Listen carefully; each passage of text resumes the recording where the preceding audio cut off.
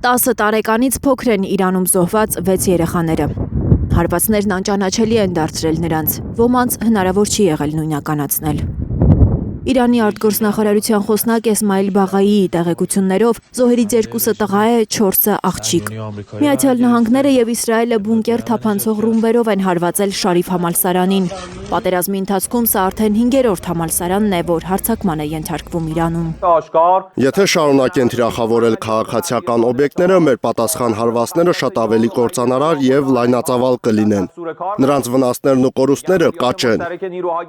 Մեհր գործակալության տեղեկություններով ամերիկյան եւ իսրայելական հարվածներից Թեհրանի հարավ-արևելքում բնակելի շենք է փլուզվել։ Առնվազն 3 մարդու զոհվելու մասին է հայտնի։ Փրկարարները փլատակներից 7 մարդու են դուրս բերել, նրանց տեղափոխել են հիվանդանոց։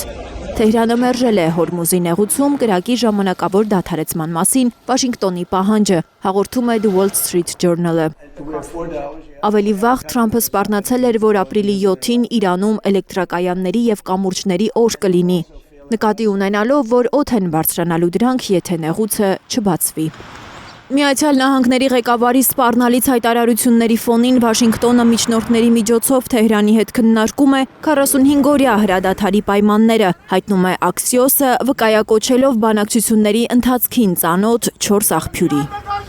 Վաշինգտոնից եւ Թեհրանից չեն մեկնաբանել այս լուրերը։ Ըստ ամերիկյան հեղինակավոր լրատվականի, միջնորդները քննարկում են երկփուլ համաձայնագրի պայմանները։